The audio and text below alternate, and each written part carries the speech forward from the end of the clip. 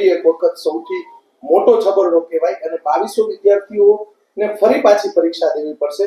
આપ એક શિક્ષણવિદ અને એક સૌરાષ્ટ્ર યુનિવર્સિટીના જે આગેવાન તરીકે શું કહેવા માંગશો? હું માનું છું કે આ વખતે ભૂલ સીધી સૌરાષ્ટ્ર યુનિવર્સિટીની ડાયરેક્ટ નથી. યુનિવર્સિટીએ વિશ્વાસ મૂકીને અધ્યાપક પાસે પેપર કઢાવવાનું નક્કી કર્યું હોય. અધ્યાપકે નીતિમત્તાપૂર્વક જે પરીક્ષાનું પેપર એને સેટ કરવાનું આવે એ વિષયનું એને ત્યારે સેટ કરવું જોઈએ જ્યારે એને ઓર્ડર મળ્યો હોય. પ્રવર્તમાન પરિસ્થિતિમાં જે BCA સેમેસ્ટર 5ની વાત છે એમાં એક અધ્યાપકે એમની જ કોલેજનું જે પ્રિલિમિનરી પરીક્ષામાં પેપર આપ્યું હોય એ જ પ્રશ્નપત્ર સૌરાષ્ટ્ર યુનિવર્સિટીને મોકલી આપે. વ્યવસ્થા એવી છે કે અધ્યાપક જ્યારે પેપર મોકલે એ પેપર કોઈના વાંચવામાં આવતું નથી, કોઈને ચકાસવાનું હોતું નથી. એ સીધું જ પ્રિન્ટ થઈને વિદ્યાર્થીઓ સમક્ષ આવે. એટલે આ ક્ષતિ કે આ બેકાળજી ચોક્કસ યુનિવર્સિટીએ નિયુક્ત કરેલા પરીક્ષકની છે. પરીક્ષકે ધ્યાન રાખવું જ જોઈતું હતું. એની એક આ બેકાળજીને કારણે 2200થી વધુ વિદ્યાર્થીઓને ફરીથી પરીક્ષા આપવી પડે એ બાબત પણ અત્યંત દુઃખદ અને ગંભીર છે. વિદ્યાર્થીને એક પરીક્ષા વખતે પણ સ્ટ્રેસ ભોગવતો હોય ત્યારે એકને એક વિષયની પરીક્ષા બીજી વાર કોઈ અધ્યાપક, એમાં પણ આ અધ્યાપક જે માહિતી છે એ પ્રમાણે ખૂબ સિનિયર 15 વર્ષથી અધ્યાપક છે અને શા માટે આવી ભૂલ થઈ છે એ જ મોટો પ્રશ્ન. પણ ચોક્કસ અધ્યાપકની ભૂલને કારણે સૌરાષ્ટ્ર યુનિવર્સિટીનું પણ ખરાબ થયું અને વિદ્યાર્થીઓનું તો વિશેષ ખરાબ. શું કાર્યવાહી થઈ શકે નિયમ મુજબ? કડકમાં કડક કાર્યવાહીમાં એની સામે આજીવન પરીક્ષક તરીકે પ્રતિબંધ લાવી શકાય.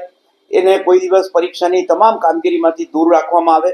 ભવિષ્યમાં એક દાખલો બેસે કે આવું થાય તો યુનિવર્સિટી ખૂબ કડક પગલાઓ લે છે એવું ચોક્કસ યુનિવર્સિટીએ કરવું જોઈએ.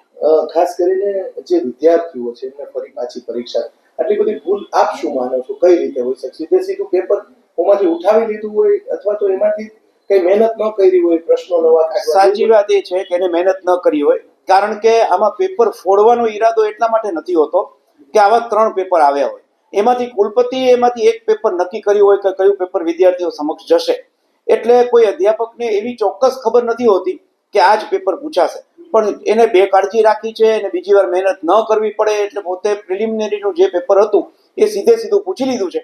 એ હકીકત છે ને એના કારણે આ પરીક્ષા રદ કરવી પડી. કેવી રીતના પેપર આખું જ્યારે હોય કેવી રીતના પ્રોસિજર શું હોય?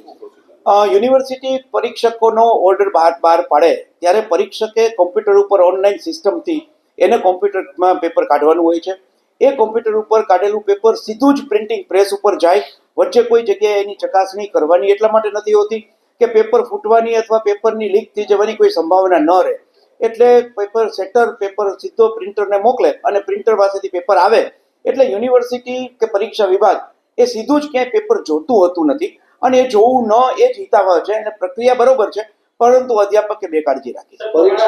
અત્યારે એવી વસ્તુ આવી હોય ભૂતકાળમાં કે આ પહેલી વખત આવું ભૂતકાળમાં થયેલું છે.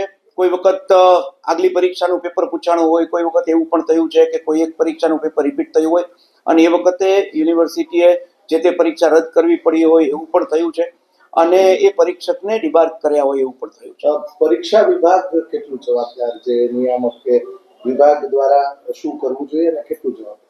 એટલીસ્ટ આ વિષય જે અત્યારે છે એમાં પરીક્ષા વિભાગની સીધી જવાબદારી એટલા માટે નથી થતી કે પરીક્ષકોને બનાવવા એ યુનિવર્સિટીનું સત્તામંડળ નક્કી કરતું હોય છે. પરીક્ષકે જે પેપર કાઢવાનો ઓર્ડર કરવો એ વખતના બોર્ડના ચેરમેન અથવા ડીન અથવા કુલપતિએ નક્કી કરેલી પેનલમાંથી નામ આવ્યા હોય અને પેપર કાઢ્યા પછી સીધું પ્રિન્ટરમાં જાય એટલે પરીક્ષા વિભાગનો એ તબક્કે કોઈ રોલ હોતો નથી. પણ યુનિવર્સિટીએ પ્રક્રિયા બદલવી જોઈએ. મને લાગે છે કે ભૂતકાળમાં એક વખત મોડરેટરની સિસ્ટમ હતી, કદાચ એ દાખલ કરી શકાય. એવું પણ થઈ શકે કે ક્વેશ્ચન પેપર બેંક બનાવવામાં આવે અને એ બેંકમાંથી કુલપતિ સીધા પેપર મોકલે તો આવી ક્ષતિઓ નિવારી શકાય. કેવી રીતે ખબર પડી? આખી હકીકત કેમ બહાર આવી? મને જે માહિતી છે એ પ્રમાણે જામનગરના કેટલાક વિદ્યાર્થીઓએ યુનિવર્સિટીનું ધ્યાન દોર્યું કે જામનગરની એક કોલેજના પ્રિલિમિનરીનું પરીક્ષાનું પેપર આખું જ યુનિવર્સિટીએ પૂછ્યું છે. એના કારણે આ વાત પરીક્ષા વિભાગ સુધી પહોંચી. પરીક્ષા વિભાગે ચકાસતા એવું માલુમ પણ થયું કે કોઈ એક કોલેજનું પેપર જે પ્રિલિમિનરીમાં પૂછાણું હતું એ જ વાર્ષિક પરીક્ષામાં પૂછાણું છે. આ રીતે યુનિવર્સિટીને પણ ખબર પડી અને યુનિવર્સિટીએ તરત જ એની ઉપર જે કંઈ એક્શન લેવા જોઈએ, ખાસ કરીને પરીક્ષા રદ કરવા સુધી જવું પડે ત્યાં સુધીના એક્શન લેવાના છે.